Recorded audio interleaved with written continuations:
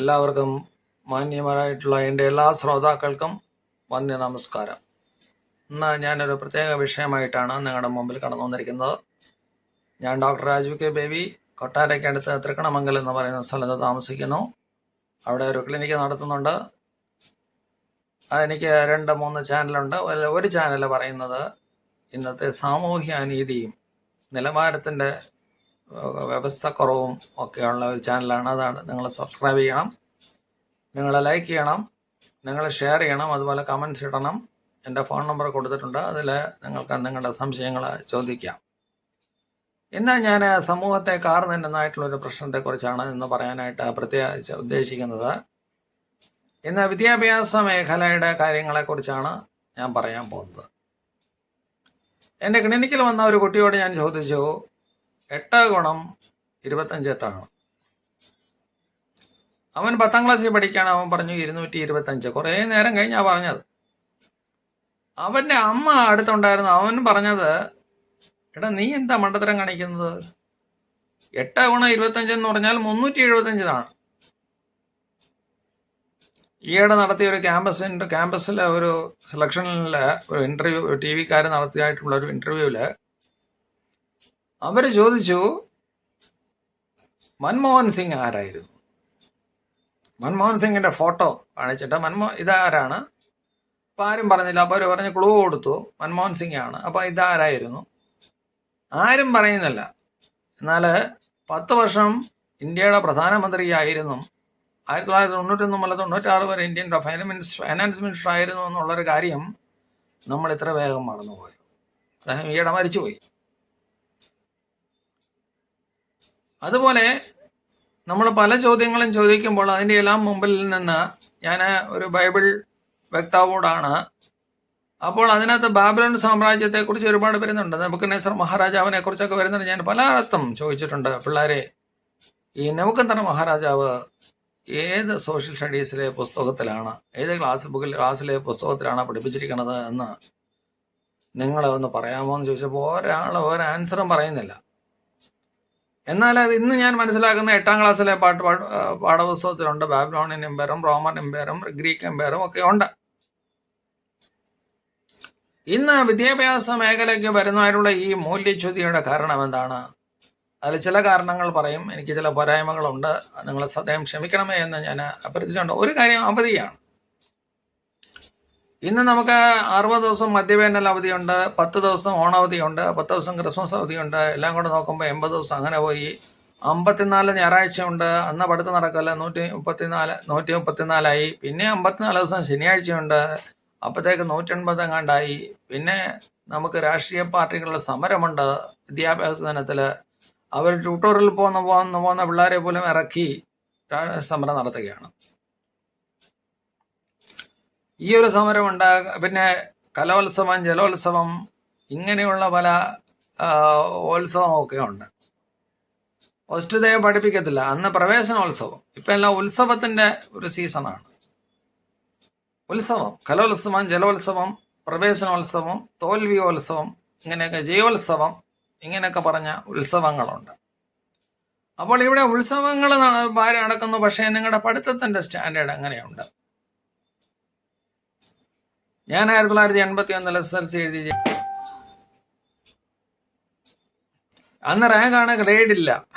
അപ്പോൾ നമ്മൾ ഈ ഗ്രേഡ് അനുസരിച്ചാണ് ഇന്ന് കൊടുത്തുകൊണ്ടിരിക്കുന്നത്. അന്ന് റാങ്ക് എന്ന് പറയുന്നത് 500. മത്സര ബുദ്ധി ഉണ്ടാവും, തീർച്ചയായിട്ടും അങ്ങനെ വേണം. അന്ന് 500 കൂടുതൽ ഉള്ള ആൾക്കാർ വളരെ കുറവാണ്. 100 റാങ്കിനകത്തുള്ളവർക്ക് 100 രൂപ കൊടുക്കുമായിരുന്നു. അന്ന് കെ കരുണാകരനാണ് മുഖ്യമന്ത്രി. അങ്ങനെ 100 റാങ്കിനകത്ത് ഒരാളായിരുന്നു ഞാനും. അങ്ങനെ ഇന്നത്തെ വിദ്യാഭ്യാസ മേഖലയെ നോക്കുമ്പോൾ അതിൻ്റെ മൂല്യച്യുതി വളരെയധികമാണെന്ന് മനസ്സിലാക്കുന്നു. A+ കിട്ടുന്നവര് A ഗ്രേഡ് കിട്ടുന്നതിനേക്കാൾ കൂടുതലാണ്. അതുപോലെ A ഗ്രേഡ് കിട്ടുന്നവർ B ഗ്രേഡ് കാട്ടി കൂടുതലാണ്. അന്ന് SSLCക്ക് 12 സബ്ജക്റ്റാണുള്ളത്. ഒരു ബുധനാഴ്ച 14-ാം തീയതി തുടങ്ങിക്കഴിഞ്ഞാൽ 21-ാം തീയതി അടുത്ത ബുധനാഴ്ച തീരും. ഒരു ഇന്റർവ്യൂവും ഇല്ല. 12 സബ്ജക്റ്റാണ് ഉള്ളത്. ഇന്ന് അതിൽ നിന്ന് ഇംഗ്ലീഷ് പേപ്പർ 1, പേപ്പർ 2 മാറ്റി വെച്ചിരിക്കുന്നു. എന്നിട്ട് ഇംഗ്ലീഷിന്റെ ഒരു പേപ്പർ ആക്കിയിരിക്കുന്നു. Malayalam paper 1 Malayalam paper 1 paper 2 മാറ്റി വെച്ചിരിക്കുന്നു. ഒരു മലയാളമേ ഉള്ളൂ. അതുപോലെ ഹിസ്റ്ററി ജോഗ്രഫി 2 പേപ്പറാണ്, അതും മാറ്റി വെച്ചിരിക്കുന്നു. എന്നിട്ട് ഇന്ന് 10 സബ്ജക്റ്റ് മാത്രമേ ഉള്ളൂ, മാർക്ക് കാണിക്കത്തില്ല. അപ്പോൾ കാലോചിതമായിട്ട് വിദ്യാഭ്യാസ പരിഷ്കാരം നടന്നു. അന്ന് 81 40% 34% ആൾക്കാരെ ജയിക്കത്തുള്ളൂ. അത് കെ കരുണാകരനാണ് മുഖ്യമന്ത്രി. പിന്നീട് വന്ന സർക്കാരുകളെല്ലാം ഈ വിജയശതമാനം കൂട്ടാനായിട്ട് ഇപ്പോൾ 99.7 വരെ ആയിട്ടുണ്ട്. ഇന്ന് തോൽക്കുക എന്ന് പറഞ്ഞ പാടാണ്. പണ്ട് തോൽവി സുലഭമായിരുന്നു, ഇന്ന് തോൽക്കുക എന്ന് പറഞ്ഞാൽ പാടാണ്.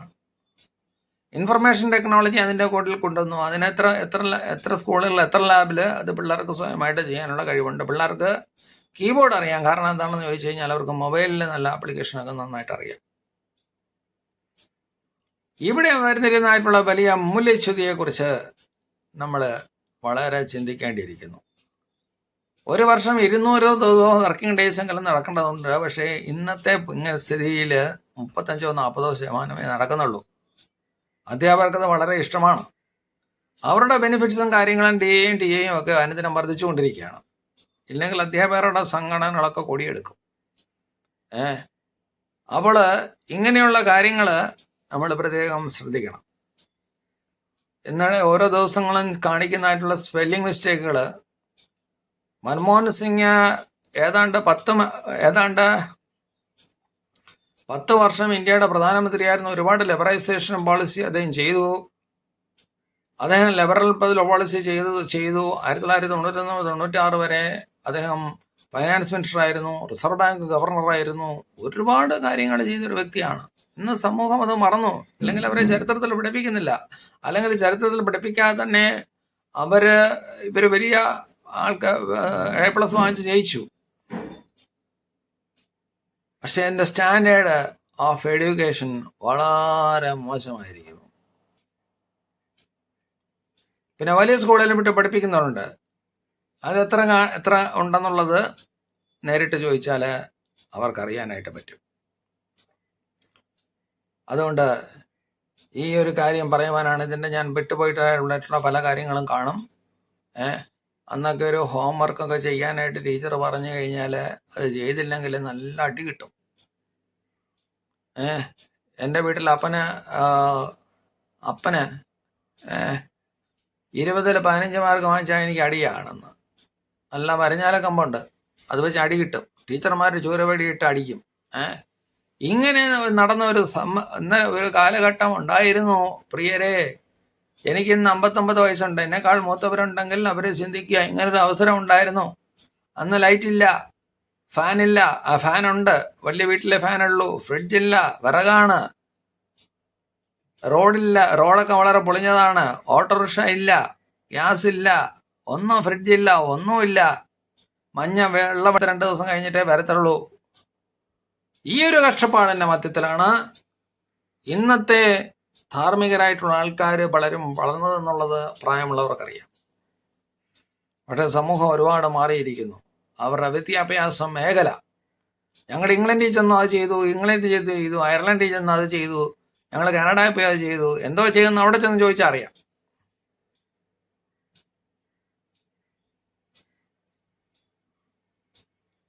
അവിടെ ചെന്ന് ചോദിക്കണം എന്തോ ചെയ്തു എന്നുള്ളത്. ഇവിടെ IELTS ജയിക്കാതെ പോയി അവിടെ ചെന്ന് വീണ്ടും IELTS എഴുതി പൊട്ടിപ്പൊളിഞ്ഞ് നിൽക്കുന്ന ഒരു കൂട്ടം ആൾക്കാരാണ്. സമൂഹത്തെക്കുറിച്ച് യാതൊരു ബോധവുമില്ല. ഇങ്ങനൊരു തലമുറ ഇന്ന് വളർന്നു വന്നുകൊണ്ടിരിക്കുകയാണ്.